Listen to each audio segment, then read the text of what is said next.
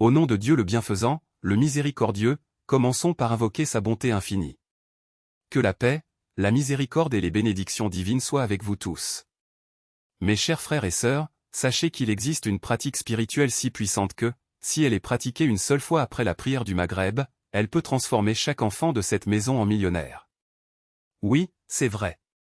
Récitez simplement cette invocation sacrée après le coucher du soleil, exactement comme je l'enseignerai, et l'abondance divine commencera à affluer dans votre vie. Les richesses proviendront de sources invisibles, les anges de provision apporteront subsistance et prospérité, et votre famille sera bénie par une abondance que vous n'auriez jamais imaginée. Cela ne prend pas beaucoup de temps, quelques secondes seulement après la prière du Maghreb. Vous pouvez réciter assis sur le tapis de prière ou à tout moment entre le Maghreb et l'Isha, à condition que ce soit avant l'appel à la prière suivante. Si vous oubliez juste après la prière, ne vous inquiétez pas, il est encore temps jusqu'à Isha. Mais n'arrêtez pas de le faire, car c'est la clé pour ouvrir les portes de la fortune que Dieu vous a réservées. Essayez-le aujourd'hui, maintenant, et voyez le miracle se produire de vos propres yeux. La richesse commencera à vous chercher comme une personne assoiffée cherche de l'eau. Si après cela la prospérité ne vient pas de toutes parts, vous pourrez m'en accuser. À ceux qui disent que leur chance est mauvaise, que leur destin est faible ou qu'ils ne pourront jamais gagner, montrez-leur comment Dieu enrichit ses serviteurs. À ceux qui croulent sous les dettes, entourés d'agents de recouvrement et sans espoir, j'apporte une solution divine, une pratique spirituelle infaillible, capable de vous libérer des contraintes financières par la volonté de Dieu. Faites confiance au Seigneur, suivez les instructions à la lettre et, si Dieu le veut, vous lèverez bientôt la main en signe de gratitude pour le reste de votre vie. Tout ce que vous n'avez pas réalisé jusqu'à aujourd'hui, vous le réaliserez après cette seule récitation. Si vos difficultés ne disparaissent pas après cela, j'en assume la responsabilité. À ceux qui ont tout essayé et n'ont vu aucun résultat, je dis, essayez cette pratique avec une foi absolue. Bientôt, vos larmes seront de joie et de soulagement. Si les portes du destin ne s'ouvrent pas en un seul jour, tu peux me chercher. Pour les sœurs qui souffrent de pauvreté et de maladie à cause du manque de ressources, pour les frères qui luttent contre les dettes et le désespoir, n'abandonnez pas. Faites confiance à Dieu, effectuez cette pratique simple et soyez témoins du miracle qui se produit sous vos yeux. Ce n'est pas quelque chose qui prend des heures ou des journées entières. Juste un instant, entre Maghreb et Isha, pour réciter. Vous pouvez le faire tous les jours ou juste une fois dans votre vie, mais je vous le garantis, si vous le faites une fois, vous ressentirez le désir de le répéter quotidiennement. À ceux qui ont déjà perdu confiance dans les pratiques spirituelles parce qu'ils ne voient pas de résultats, je demande, réessayez, avec une totale conviction. Il est impossible que la prospérité n'arrive pas. Même ceux qui n'ont pas de revenus, de soutien ou qui ont été abandonnés à cause de la pauvreté doivent accomplir cette invocation. Les mêmes personnes qui le méprisaient auparavant en viendront à le respecter et à l'admirer. Aujourd'hui, le monde s'incline devant l'argent, mais rappelez-vous, la vie n'est pas qu'une question de cela. Un homme riche a emmené son fils dans un village pauvre pour montrer comment vivaient les moins fortunés. À son retour, il demanda au garçon ce qu'il avait appris. Le garçon répondit, « Nous avons une piscine, mais eux ont toute une rivière. Nous avons un livre, mais ils ont des histoires vivantes. Nous avons des lumières qui s'éteignent, eux ont les étoiles. La vraie richesse ne réside pas dans ce que vous possédez, mais dans ce que vous vivez. Nous courons après les biens matériels et perdons ce qui compte vraiment, le temps passé avec ceux que nous aimons, la paix intérieure, l'amour sincère. Nous abandonnons les gens pour des choses, nous échangeons des sourires contre des objets et nous vieillissons à la recherche d'un statut qui ne nous apporte pas le bonheur. Combien de fois avons-nous tout accompli et réalisé que la sérénité, la loyauté et l'affection avaient disparu? Nous comprenons donc que l'argent n'achète pas ce qu'il vaut réellement. Ceux qui vivent dans des manoirs ne sont pas forcément heureux. La richesse entraîne des soucis, des maladies et des angoisses. Vous pouvez tout acheter sauf la possibilité d'en profiter. Comme le dit le proverbe, plus la tête est grosse, plus la douleur est grande. Plus vous en avez, plus vous souffrez de peur, d'anxiété et de solitude. Les examens médicaux, les médicaments, les piles de résultats de laboratoire et les nuits blanches font désormais partie de la routine. Les vrais pauvres sont ceux qui n'ont pas d'amis. Sans compagnie sincère, la vie perd sa saveur. Les amis partagent la douleur, multiplient la joie et rendent les moments inoubliables. Aucun banquet ne peut remplacer la chaleur d'une véritable amitié, et vous ne pouvez l'acheter nulle part.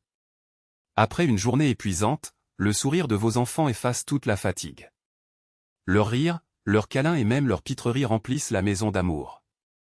Les élever, même avec difficulté, transforment un foyer en un havre d'affection. Des parents qui prient avec dévouement, une épouse qui est à vos côtés contre vent et marée, des frères qui partagent vos joies et vos peines, ce sont des bénédictions inestimables. Même avec peu d'argent, la vie ne perd pas son charme. Alors arrêtez de penser que tout tourne autour de la richesse. Rendez grâce pour ce que Dieu vous a déjà donné et continuez à demander du succès et du progrès. Pour ceux dont les familles sont en difficulté, pour ceux qui sont lourdement endettés, je vais aujourd'hui révéler une pratique si puissante qu'elle vous laissera bouche bée. Devant elle, les richesses du monde perdent de leur valeur. Si vous demandez au Seigneur généreux les trésors de la terre, il pourra vous en remplir les mains. N'oubliez pas d'inclure cette pratique dans votre vie pour quelque raison que ce soit. Si vous le négligez aujourd'hui, croyez-moi, vous le regretterez toute votre vie. Il dira, « Ah, j'ai eu ma chance et je l'ai gâchée. » Parce que cette invocation n'est pas limitée par le lieu, seulement par le temps. Faites-le entre le Maghreb et Isha, et regardez la transformation se produire. Voici la clé qui ouvre les portes de la divine providence. Imaginez, entre le coucher du soleil et la tombée de la nuit, lorsque le ciel s'habille de tons dorés et que le monde se tait pour entendre la voix du Créateur, il y a un moment où les supplications non seulement montent vers le ciel, mais sont reçues à mains ouvertes, comme un père reçoit son fils qui revient après une longue absence. Ce n'est pas un hasard si les sages de tous âges ont gardé ce secret précieusement. Ils savaient que pendant cet intervalle sacré, les portes du ciel s'ouvraient toutes grandes et que ce qui était impossible devenait inévitable. Peu importe que vous soyez à la maison, au travail ou en déplacement. Si vous avez oublié de le faire juste après le Maghreb, il n'y a aucune excuse, jusqu'à l'arrivée d'Isha, l'opportunité reste vivante. Mes sœurs qui prient à la maison, mes frères qui travaillent tard, ils ont tous ce privilège à portée de main. 3 fois par mois. Tous les jours? La fréquence n'a pas autant d'importance que la foi avec laquelle vous le faites. Ce qui compte c'est qu'à cette période précise, le Très-Haut entend comme il n'entend jamais à aucun autre moment. Et quiconque a déjà goûté à ce pouvoir le sait, il n'y a aucun échec auquel on puisse résister, il n'y a aucun besoin qui ne puisse être satisfait. J'ai moi-même vu des hommes et des femmes, autrefois noyés sous les dettes, se relever comme s'ils sortaient d'un cauchemar. J'ai vu des maisons où la famine menaçait d'être inondée de provisions inattendues. J'ai vu des cœurs brisés trouver du réconfort, des maladies disparaître, des rêves endormis renaître. Ce ne sont pas des histoires, ce sont des témoignages où chacun d'eux commence avec quelqu'un qui, entre le Maghreb et Isha, a décidé de croire. Si vous doutez encore, je vous demande, à quoi ça sert d'essayer? Une fois. Juste une fois. Et puis, quand les bénédictions commenceront à affluer, quand la paix envahira votre maison, quand les portes s'ouvriront devant vous, venez me dire que ce n'était pas vrai. Parce que tous ceux qui l'ont fait avant vous sont déjà venus, les larmes aux yeux, vous remercier. Maintenant, faites attention. Il ne suffit pas de réciter les mots, il faut les comprendre, les ressentir au plus profond de son âme. Chaque invocation porte un pouvoir unique, comme des clés qui ouvrent différentes chambres du trésor divin. Si vous les prononcez sans comprendre, ce sera comme tenir une carte sans savoir la lire. Mais si vous approfondissez le sens, chaque syllabe deviendra un rayon de lumière qui dissipera les ténèbres de votre vie. Commencez ainsi, après le Maghreb, où que vous soyez à la mosquée, au bureau, à la cuisine, sentez-vous en paix. Si c'est sur le tapis de prière, c'est encore mieux. Fermez les yeux un instant et ressentez la présence du Tout-Puissant. Alors, récitez n'importe quel Duroud Sharif une fois. Il pourrait s'agir du Duroud Ibrahim, ou simplement de « Sallallahu alayhi wa sallam ». Cela prépare le cœur, comme pour ouvrir un chemin direct vers la miséricorde divine. Tenez ensuite votre tasbih ou, si vous n'en avez pas, utilisez les doigts de votre main droite. Maintenant la première invocation, YALU, YALU, YALU, 7 fois. Sentez le nom de Dieu résonner en vous, comme un appel qui réveille quelque chose de endormi. C'est le nom qui attire la richesse, qui fait couler la subsistance vers vous comme un puissant fleuve. Peu importe que vous chuchotiez ou récitiez à voix haute, ce qui compte, c'est la conviction avec laquelle vous le faites. Passez ensuite à la deuxième invocation, YKIMU, 11 fois.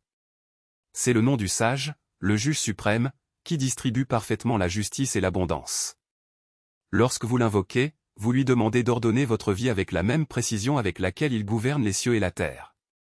Des problèmes qui semblaient insolubles commencent à se dénouer, comme des nœuds qui se défont au toucher d'une main expérimentée. Maintenant, la troisième invocation et celle-ci est spéciale. Récitez, El Ila Ilanta, Subnaka, Inkintu Minazlim, 7 fois. Ce sont les paroles que le prophète Younous, que la paix soit sur lui, a prononcées dans le ventre de la baleine, alors qu'il n'y avait plus d'espoir. Et que s'est-il passé? Allah l'a libéré, l'a sauvé, l'a rendu au monde. Si cette supplication pouvait tirer un prophète des profondeurs de la mer, qu'est-ce qu'elle fera pour vous? Il dissout les difficultés, chasse les calamités et attire la miséricorde comme un aimant attire le fer. Enfin, la 4e invocation, Astaghfirul, 7 fois.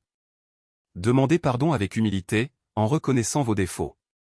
Parce que c'est ainsi que vous faites place aux bénédictions, videz votre cœur de l'orgueil et le remplir d'un repentir sincère. Une fois terminé, récitez à nouveau le Durud Sharif. Alors, levez la main et faites votre supplication.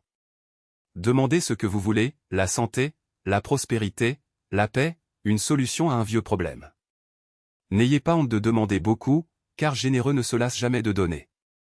Et sachez qu'en ce moment, entre le Maghreb et Isha, votre prière ne sera pas seulement entendue, elle sera exaucée. Si cette pratique a transformé votre vie, ne gardez pas cela secret. Partagez, enseignez, aidez les autres à trouver le même chemin.